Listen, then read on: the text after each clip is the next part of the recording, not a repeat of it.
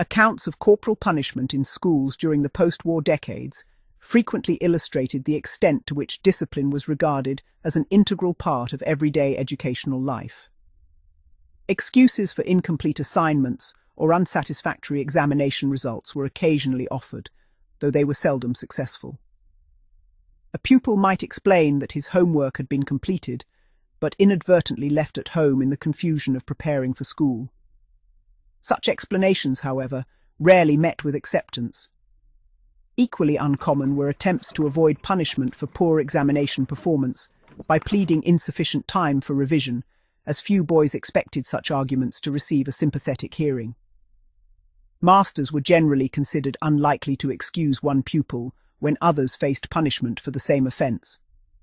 On certain occasions, examination papers were returned before punishment was administered. Boys would anxiously examine their marked work in the hope of discovering an error, perhaps an incorrectly marked answer, or a mistake in the addition of the final score.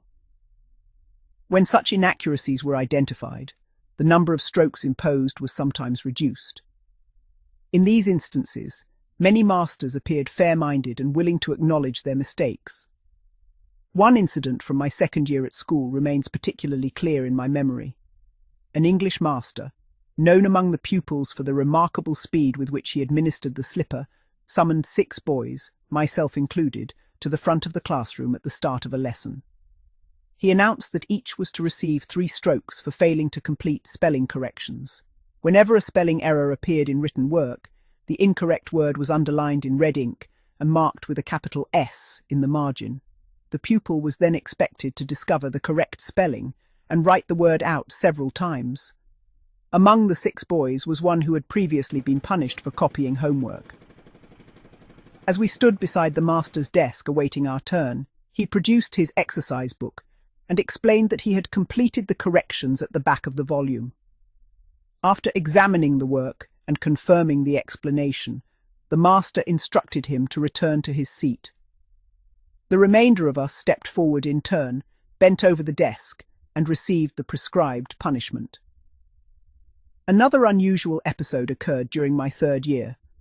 One boy suffered from a minor physical disability, affecting his foot, and seldom encountered disciplinary difficulties. On one occasion, however, he was due to receive punishment from the French master, apparently for failing an examination.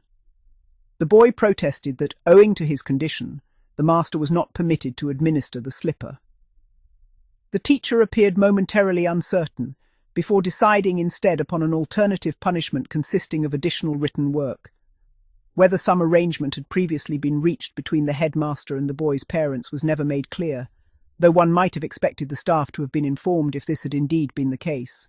The nature of the gym shoe or slipper itself was often a subject of discussion among pupils. Experience suggested that the most painful examples were those with particularly flexible soles, especially the inexpensive canvas varieties fitted with thin black rubber soles.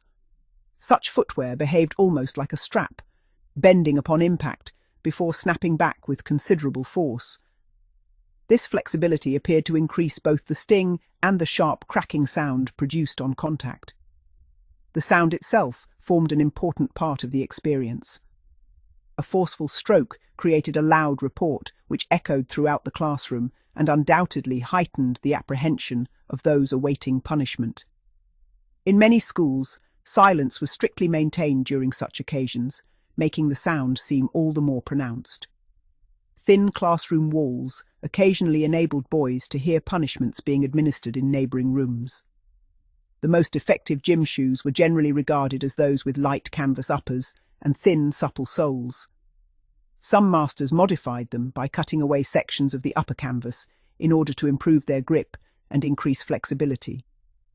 One particular slipper, remembered by many boys, had the canvas around the heel removed for precisely this purpose. Punishment at home differed considerably from that administered at school. In my own case, my father employed an old moccasin slipper kept in the top drawer of his wardrobe. Such occasions usually took place on Saturday mornings while my mother was out shopping, with me positioned face down across a pile of pillows upon the bed. I distinctly recall receiving as many as 6 strokes on several occasions. At school, punishments were generally less prolonged, but often sharper in effect. The physical education master commonly administered a single stroke with a gym shoe. I experienced this only once, after failing to hear an instruction during games. The resulting bruise remained visible for nearly a week. Some accounts of school punishment from that period appear severe by modern standards. At grammar school, however, it was comparatively unusual for more than 2 strokes to be administered, although occasional exceptions did occur. Even 2 strokes could cause considerable pain, particularly during physical education lessons when boys wore only thin athletic shorts. Many pupils admitted to experiencing a mixture of apprehension and fascination when witnessing others being punished. My earliest experiences of corporal punishment occurred at junior school.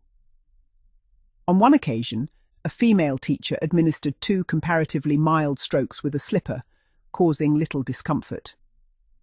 More memorable, however, was a punishment delivered by a male teacher who lined several boys up and struck each repeatedly by hand.